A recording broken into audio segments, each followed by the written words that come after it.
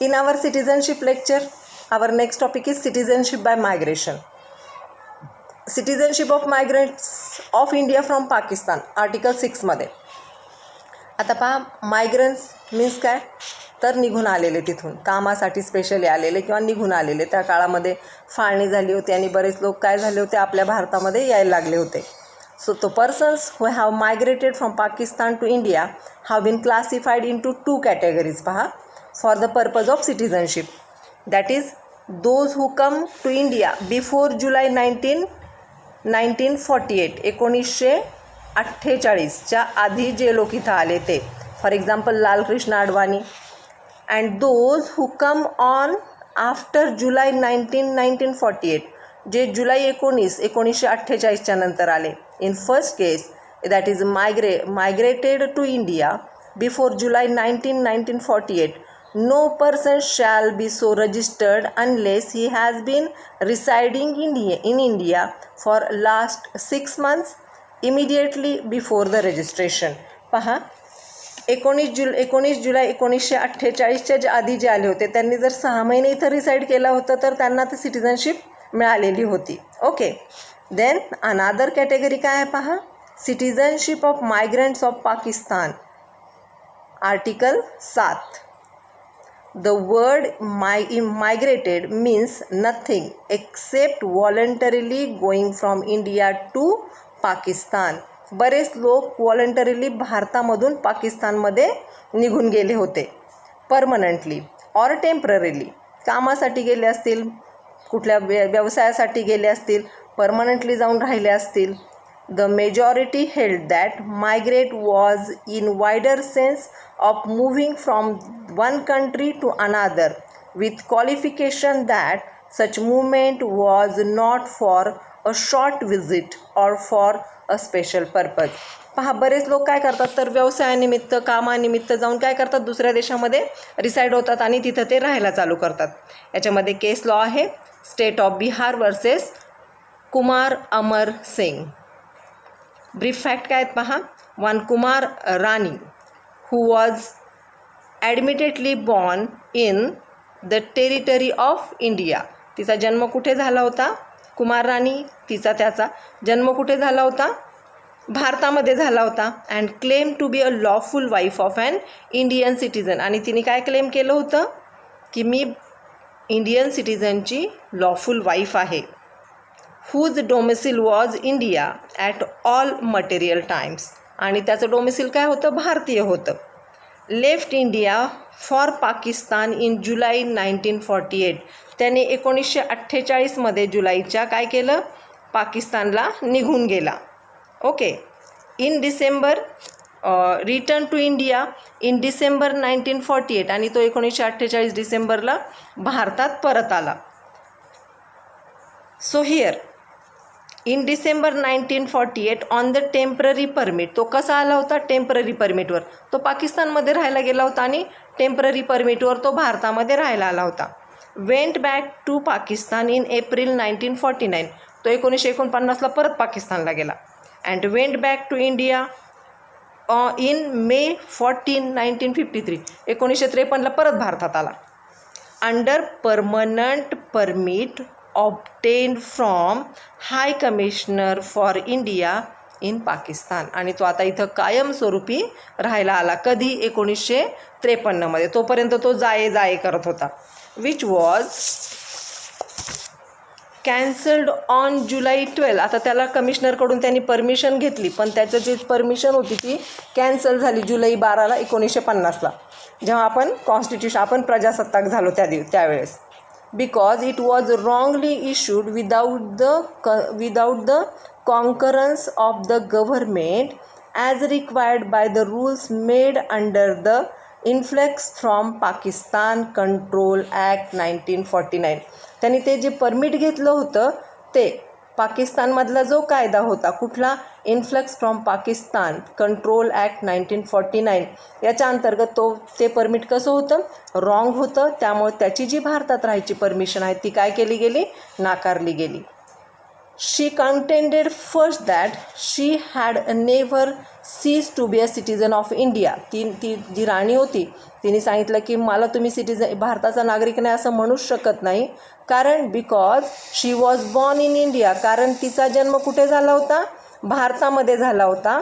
And her domicile was the domicile of her husband, आणि तिचं जे डोमासील होतं ते तिच्या नवऱ्याचं सुद्धा डोमासील होतं, हू वॉज ॲन इंडियन, आणि ते कोण होता, भारतीय होता.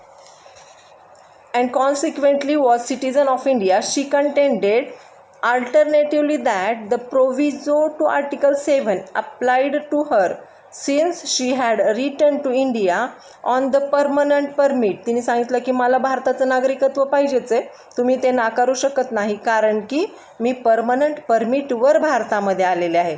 And the cancellation of permit was illegal and irrelevant. तिने कोर्टामध्ये दावा दाखल केला की हे जे तुम्ही कॅन्सलेशन करता हे इरिलेव्हंट आहे, इरेग्युलर आहे. Court held that there is no doubt that lady must be held to have migrated from India after 1 March 1947, although her husband lived in India. In this case, Supreme Court observed that Article 7 clearly overrides Article 5 and 6. Article 5 आणि 6 मध्ये काहीही सांगितलं असेल तरीसुद्धा एक कोर्टाने काय निर्णय दिला की आर्टिकल 7 बरोबर आहे आणि त्याच्यामध्ये तिने भारतामध्ये तिचं मायग्रेशन झालं होतं, therefore she is a Indian citizen. Okay. Then 4th point is citizenship of person of Indian origin residing outside India. जे भारताच्या बाहेर राहतात त्यांचं सिटिझनशिप कसं करायचं बरं आता, तर आर्टिकल 8 मध्ये दिलेलं आहे, bye registration. Okay. provides that only person or either of whose parents provides that any person or either of whose parents or any of those grandparents was born in India as defined in the Government of India Act 1935. एक तर तो व्यक्ती any person और either of whose parents किंवा त्याच्या आई किंवा वडील दोघांपैकी एक जण किंवा त्याचे ग्रँड पॅरेंट्स यांचा जन्म कुठे झालेला असला पाहिजे, तर भारतात झालेला असला पाहिजे. हे कुठल्या कायद्यात सांगितलेलं आहे, 1935च्या कायद्यामध्ये सांगितलेलं आहे. And who is ordinarily residing in any country outside India, आणि आता सध्या ते कुठल्या तरी दुसऱ्या देशामध्ये राहत आहेत भारताच्या बाहेर, shall be deem to be a citizen of India as if he has been registered as a citizen of India by diplomatic or consular representative of the India. त्याला राजकीय पद्धतीने त्यांची इच्छा असेल की बाबा त्यांना भारताचं नागरिकत्व हवं असेल तर they can get the Indian citizenship in the country where he is for time being residing. On application कसं मिळणार त्यांना नागरिकत्व, तर अंडरलाईन करा, on application made by him to such diplomatic or councillor representative. त्यांनी काय करायचं, ॲप्लिकेशन करायचं. डिप्लोमॅटिक म्हणजे काय, तर राजकीय याच्यामध्ये त्यांनी ॲप्लिकेशन करायचं किंवा काउन्सिलर रिप्रेझेंटेटिव्हला त्यांनी एखादं ॲप्लिकेशन द्यायचं आणि by registration they can achieve the citizenship of India. Okay.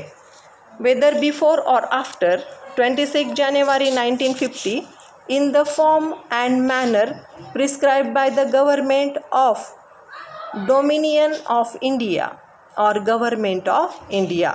26 जानेवारी 1950च्या पूर्वी त्यांनी रजिस्ट्रेशन थ्रू काय करायचं आहे, भारताचं नागरिकत्व घ्यायचं आहे. Article 8 confirm citizenship on India nationals residing abroad on their complying with its provisions.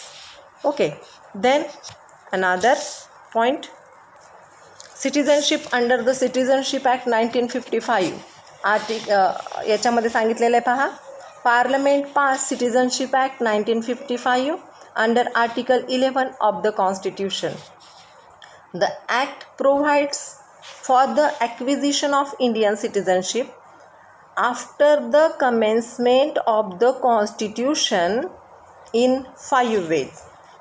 पहा, 5 पद्धतीने आपण सिटिझनशिप मिळवू शकतो. That is by birth, descent म्हणजे वंशानुसार, जन्मानुसार, रजिस्ट्रेशन करून, naturalisation and incorporation of territory. So here the Citizenship Amendment Act 2003 has almost overhauled the Citizenship Act 1955. 2003ला अमेंड झाला हा कायदा, 1955चा कायदा. It mainly aim to provide double citizenship to overseas citizen of India. आपण पाहिलेलं आहे की आपल्या भारतामध्ये एकच नागरिकत्व चालतं, पण 2003मध्ये एक कायदा पास झाला आणि ज्याच्यामध्ये the overseas of citizen of India जे आहेत, जे लांब राहतात, जे दुसऱ्या देशात राहतात, त्यांना काय दिलेलं आहे, double citizenship. Overseas citizens of India means the persons who is of Indian origin. लोक कसे आहेत, ऑफ इंडियन ओरिजिन आहेत, being citizen of a specified country, आणि ते कुठल्या तरी एका देशाचे नागरिक आहेत. Second point, was a citizens of India immediately before becoming a citizen of specified country. ते सिटिझन आहेत भारताचे, त्यांनी दुसऱ्या देशाची सिटिझनशिप ॲक्वायर केलेली आहे नंतर, पण आधी ते कशाचे नागरिक आहेत, तर भारताचे नागरिक आहेत. त्यांना काय केलेलं आहे, डबल सिटिझनशिप ॲक्वायर दिलेली आहे. आता सिटिझनशिप बाय बर्थ पाहूया. New section 3. Every person born in India on or after 26 January 1950 but before 1st July 1987, both of his parents are citizen of India, one of whose parents is a citizen of India and other is not an illegal migrant at the time of birth, shall be citizen of India by birth. 2003ला जो कायदा pass झालेला आहे त्याच्यामध्ये सांगितलं गेलं आहे की one of his parent, त्याचं जे एक पालक आहे, आई किंवा वडील, हे कोण असायला पाहिजे, भारतीय नागरिक असायला पाहिजे आणि ते इल्लिगली मायग्रेट झालेले नसावेत. Shall be a citizen of India by birth. Then citizenship by descent, वंशानुसार. According to new subsection 1 of section 4, 2003चा कायदा पाहतोय आपण. A person born outside India shall be citizen of India by decent.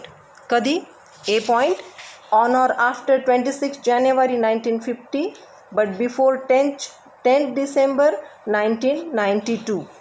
If his father is a citizen of India at the time of his birth or on or after 10th day of December 1992, म्हणजे 10 December 1992, if either of his parent is a citizen of India at the time of birth. Then citizenship by marriage. A foreigner who marries an Indian becomes the citizen of India or get the citizenship of India. They have to apply for citizenship of India. For example, Sonia Gandhi wedded with Rajiv Gandhi, Usha wedded with K.R. Narayanan, etc. There are many examples on this. Then citizenship by naturalization, section 6 of New Act 1955.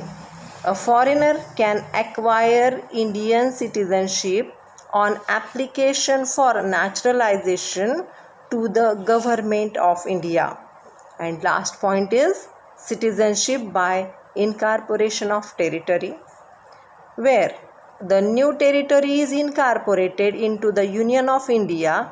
The person of such a territory shall become the citizen of India automatically. For example, Sikkim, Goa, section 7 of citizenship act 1955. याच्यामध्ये provision दिलेली आहे की नवीन एखादी territory निर्माण झाली, गोवा आहे, सिक्कीम आहे, तर त्यातले नागरिक आपोआपच भारताचे नागरिक बनतात. थँक्यू.